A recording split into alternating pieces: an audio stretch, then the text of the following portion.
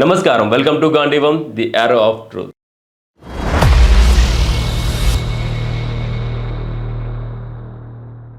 ఫిబ్రవరి 2 నుంచి రాహుల్ గాంధీ ఒకే అంశాన్ని పదే పదే లేవనెత్తడానికి ప్రయత్నిస్తున్నారు. అదే మాజీ ఆర్మీ చీఫ్ జనరల్ నరవానే రచించినట్లుగా చెప్పబడుతున్న ఒక ప్రచురితం కాబడిన పుస్తకం. ఆ పుస్తకం ఇంకా అధికారికంగా విడుదల కాలేదు.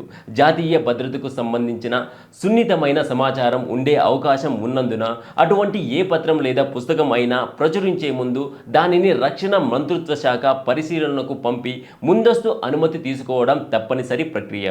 ఈ పరిశీలన పూర్తయ్యే వరకు ఆ పుస్తకం ప్రచురణకు అనుమతి లభించదు. అయినప్పటికీ ఒక పత్రిక ఆ మాన్యుస్క్రిప్ట్ నుంచి కొన్ని ఎంపిక చేసిన భాగాలను ప్రచురించామని పేర్కొంది. ఆ ధృవీకరించబడిన అంశాల ఆధారంగా రాహుల్ గాంధీ ఈ విషయాన్ని పార్లమెంటరీ వివాదంగా మార్చడానికి ప్రయత్నించారు. దీనికి సంబంధించిన నిబంధనలు మరియు పార్లమెంటరీ నియమాలను ఇప్పటికే వివరించడం జరిగింది కాబట్టి వాటిని మళ్ళీ చెప్పాల్సిన అవసరం లేదు. అసలైన ప్రశ్న ప్రక్రియ గురించి కాదు, ఉద్దేశం గురించి. ఈ సమస్యను ఇప్పుడే ఎందుకు లేవనెత్తుతున్నారు? సీనియర్ జర్నలిస్ట్ దివాన్స్ తివారీ తన కథనంలో ఈ వివాదం వెనుక ఉన్న వ్యూహాత్మక లక్ష్యాన్ని వివరించారు. జనవరి 26న జరిగిన ఒక పరిణామాన్ని ఆయన ఎత్తి చూపారు. దీనిని చాలామంది గమనించలేదు, కానీ దీనికి లోతైన భౌగోళిక రాజకీయ ప్రాముఖ్యత ఉంది. గణతంత్ర దినోత్సవం సందర్భంగా ప్రపంచ నాయకులు శుభాకాంక్షలు పంపడం ఆనవాయితీ. అయితే ఈ ఏడాది జిన్పింగ్ రాష్ట్రపతి ద్రౌపది ముర్ముకు అత్యంత సానుకూలమైన సందేశాన్ని పంపారు.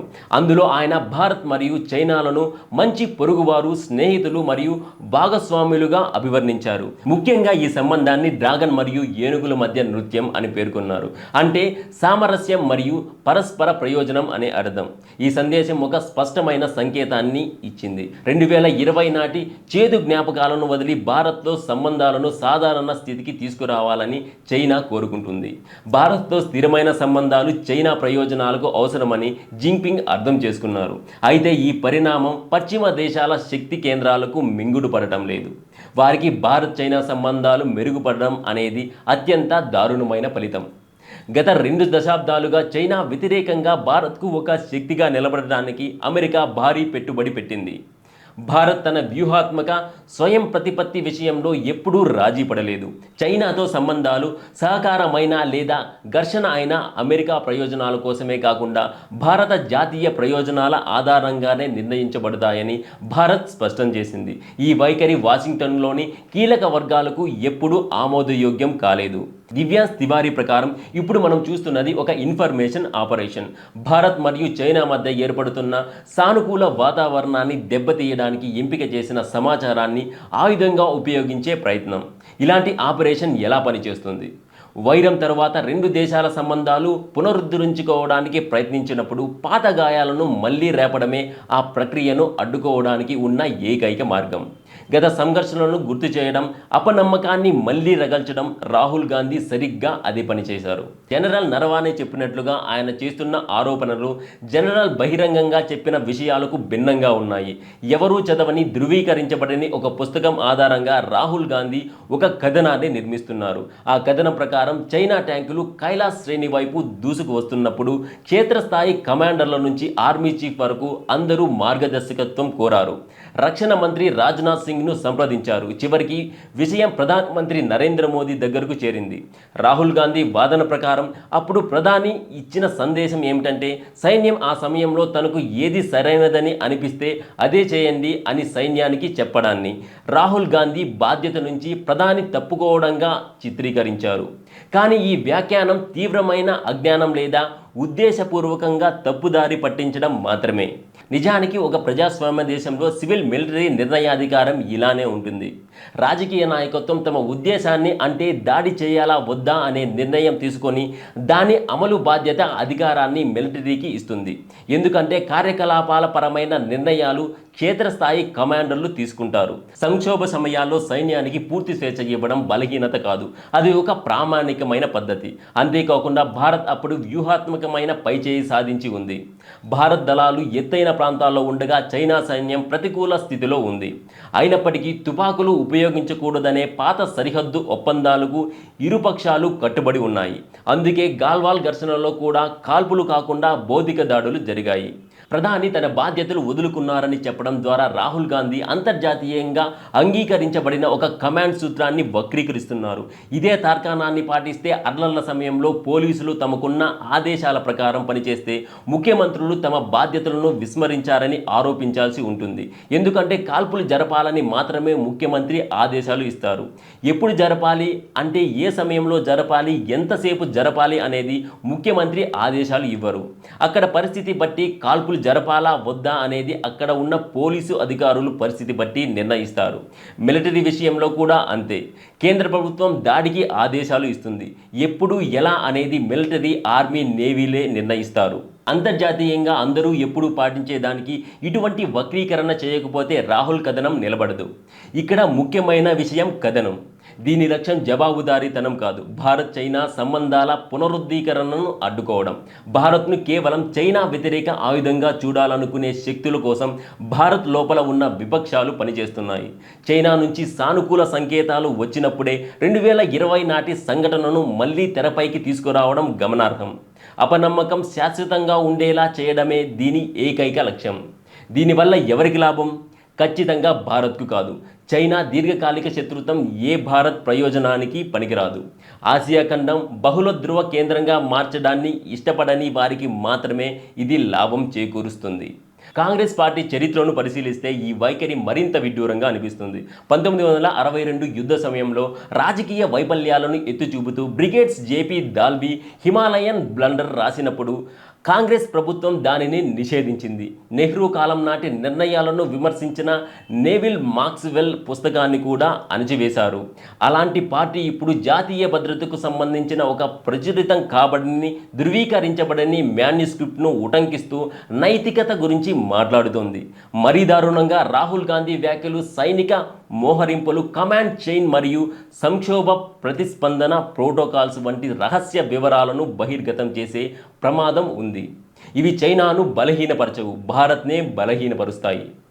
భారత్ చైనా సంబంధాలు విఫలం కావాలని అంతర్జాతీయ శక్తులు కోరుకుంటున్నప్పుడు రాహుల్ గాంధీ చైనాను విమర్శించరు. ఆయన భారత్ ప్రధానిని, భారత ప్రభుత్వాన్ని మరియు పరోక్షంగా భారత్ సాయుధ దళాలను విమర్శిస్తారు.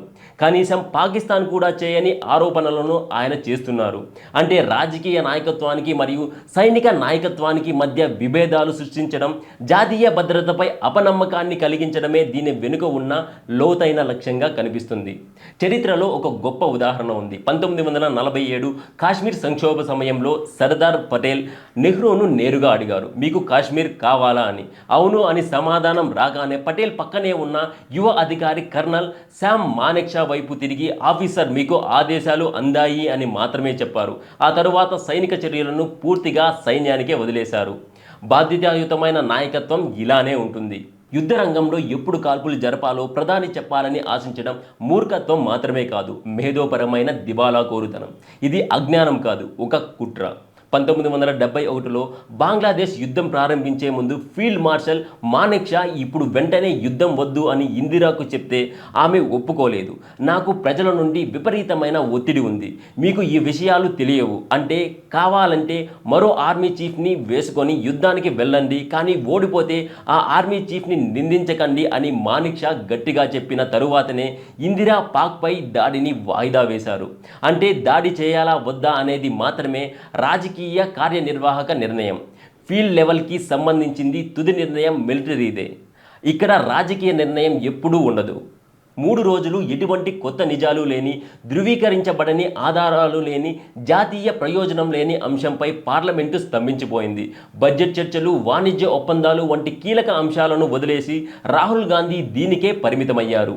చివరిగా మిగిలిన ప్రశ్న ఒక్కటే, ఈ ప్రచారం ద్వారా నిజంగా ఎవరికి ప్రయోజనాలు నెరవేరుతున్నాయి? మరి వాటి కోసం భారత వ్యవస్థను ఎందుకు దెబ్బతీస్తున్నారు? పార్లమెంటు సజావుగా సాగుతున్న జాతీయ భద్రతపై బాధ్యతాయుతమైన చర్చ జరగాలన్నా ఈ ప్రశ్నకు సమాధానం లభించాలి. ఇది జవాబుదారీతనం కోసమా, లేక భారత్ యొక్క వ్యూహాత్మక నిర్ణయాలను దెబ్బతీయడానికా?